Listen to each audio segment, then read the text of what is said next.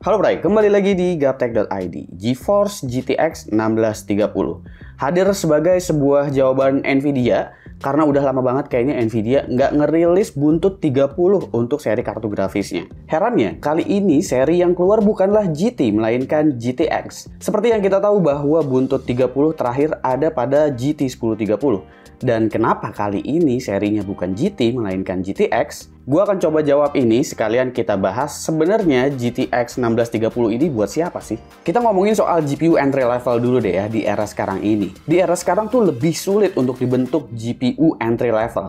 Faktornya jelas karena level iGPU saat ini udah sangat memadai secara performa. Radeon Vega pada Ryzen G series contohnya, itu APU udah bisa mengimbangi RX 50 ataupun GT 1030. Bahkan integrated GPU RDNA 2 yang ada di laptop itu bisa selevel loh dengan GTX 1650 laptop. Tentu sebagai produsen GPU atau kartu grafis, ini pastinya bakalan pusing banget ya untuk bikin atau memproduksi GPU entry level ini. Karena apa? Ya karena untuk di kelas entry itu pastinya banyak tuntutannya. Yang pertama dituntut harganya murah, yang kedua dituntut performanya paling enggak bisa melewati performa dari iGPU. Radeon RX 6400 mungkin yang pertama di era sekarang-sekarang ini ya, yang berani masuk di kelas entry. Meskipun ya itu juga ada beberapa kompromi seperti menggunakan PCIe Gen 4 yang berarti secara platform harusnya lebih mahal. Kedua yaitu absennya encoder yang dimana ini pastinya untuk kalian yang suka streaming, yang suka encoding, yang suka editing, itu ada hal-hal yang harus dikorbanin. Nah, Nvidia gua rasa pingin masukin celah itu. Nvidia pingin punya rilisan GPU kelas entry yang secara platform oke-oke aja, semisal dicolok PCIe Gen 3, dan punya kemampuan encoder yang selalu dipuja-puja orang, yaitu NVENC. GTX 1630 hadir dengan PCIe Gen 3. Ini berarti untuk kalian yang PC-nya masih pakai platform tua, aka PC-nya masih kentang, bisa nikmatin juga. Lalu encoder NVENC ini yang ngebikin 1630 dimasukin line up GTX. Karena kalau kita bicaranya seri MX, seri GT itu biasanya nggak ada encodernya. Mereka cuma punya hardware accelerated yaitu adalah CUDA Core. Yang dimana CUDA Core ini semisal kita pakai OBS juga sebenarnya nggak kepake banget. Dan kebanyakan ada di software Adobe untuk hardware accelerated seperti ini. Macam kayak Handbrake, abis itu Handbrake ada apa enggak ya? Tapi DaVinci Resolve pun itu pakainya NVENC. Mayoritas sih rata-rata umumnya pakai NVENC-nya ketimbang hardware accelerated yang biasanya adanya di Adobe atau di Blender. Kalaupun dipakai untuk Blender, pastinya kartu grafis kelas entry seperti ini juga performanya nggak akan kencang-kencang banget karena CUDA core-nya jumlahnya juga nggak banyak. Tapi kalau encoder NVENC, ini bisa kepake banget untuk streaming.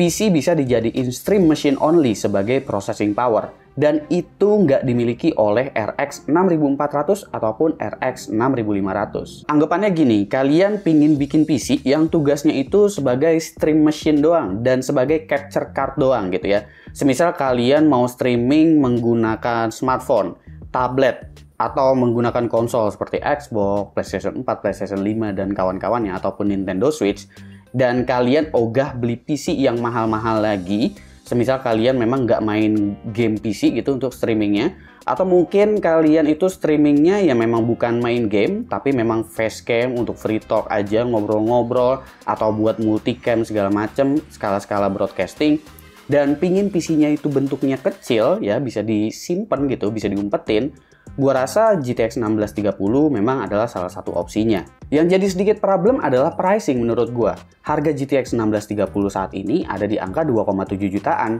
Sementara di angka kurang dari 3,2 juta rupiah ada GTX 1650 Super yang secara kemampuan terpaut sangat jauh daripada ini. Sayangnya gue nggak punya GTX 1650 Super, tapi untuk database gue punya Radeon RX 6400 dari jajan PC kemarin. Kita langsung aja masuk ke testbed pengujian. Gue menggunakan AMD Ryzen 9 5950X dengan motherboard X570S Aorus Pro AX, RAM 2x8GB DDR4 3600, cooling thermal rate Assassin 120R Samsung 980 Pro 500GB, Cooler Master Celeron Pro Hybrid 1300W, dan juga pastinya Zotac GeForce GTX 1630. Testbed di sini menggunakan komponen high-end itu tujuannya biar meminimalisir yang namanya bottlenecking atau mencari potensi maksimal performa yang bisa didapatkan dari GTX 1630 ini. Ya, jadi Bukan karena, wah bang, kok tesnya pakai komponen high-end sih, itu kan GPU-nya entry level gini. Ya namanya juga testing. Dan seperti yang gue sebut sebelumnya, GTX 1630 bisa banget diandalkan untuk OBS. Di sini GPU load ada di angka sekitar 40%, yang berarti GPU-nya bekerja dengan NVENC. Load ini juga kelihatan ya di Task Manager kalau loadnya itu adalah GPU encode yang jalan. Berbeda dengan RX 6400 yang cuma bisa andelin encoder X264 dari CPU semisal kita menggunakan OBS. Editing dengan Adobe akan punya playback yang lebih lancar berkat adanya NVENC ini. Baik itu RAW 4K, tambah plugin, dan lain sebagainya. Tapi ingat, Adobe bisa push hardware accelerated juga. Dan CUDA core di GTX 1630 ini nggak se-OP itu. Kelihatan dari hasil ekspornya. GTX 1630 emang lebih cepat di sini, tapi nggak jauh-jauh banget dari RX 6400. Yang berarti apa? RX 6400 benar-benar mati di playback, recording, dan juga streaming. Tapi semisalkan kalian editingnya pakai DaVinci, pakai Vegas, atau encodingnya itu pakai Handbrake, otomatis banget GTX 1630 udah pasti jauh lebih unggul karena RX 6400 udah pasti mati di bagian situ. Karena beberapa software yang gue sebutin tadi seperti DaVinci, Vegas, Handbrake, itu semuanya menggunakan encoder. Kalau soal kemampuan gaming, GTX 1630 bisa dibilang punya kemampuan setengahnya dari RX 6400 yang sama-sama berjalan di PCIe Gen 3. Jadi bisa dibilang GTX 1630 ini lebih tepat kalau disebut sebagai GPU productivity dan entertainment di kelas entry ketimbang GPU gaming.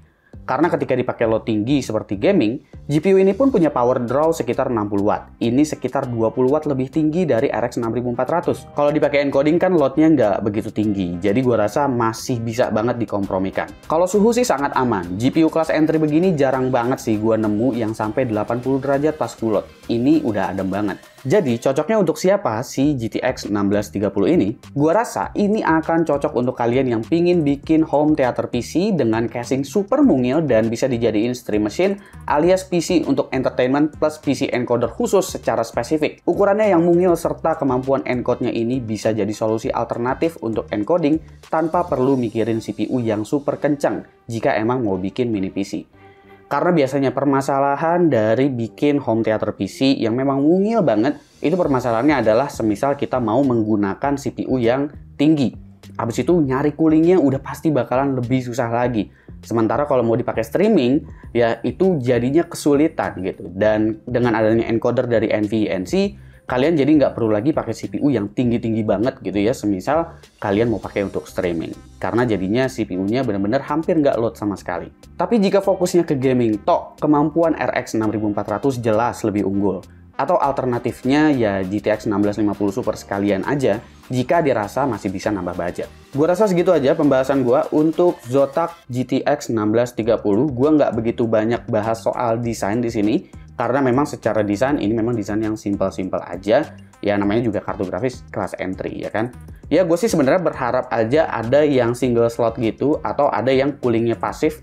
Jadi benar-benar lebih fit in lagi semisalkan kita mau bikin home theater PC yang memang bentuknya sangat-sangat mini. Gue berharap sih itu aja. Semoga Zotac ngeluarin sih. Oke, kira-kira menurut kalian gimana? Silahkan komen di bawah dan kasih pendapat kalian masing-masing. Jangan lupa like, share, dan subscribe jika video ini menarik buat kalian. Follow sosial media gue kalau lu kepo sama apa yang ada di balik layar Gaptek. Beli juga merchandise Gaptek kalau kalian ingin support Gaptek dengan cara lain. Ada beragam t-shirt di sana, silahkan cek link di deskripsi kalau emang kalian mau beli. Gue Subki dan seperti biasa sampai jumpa di lain kesempatan.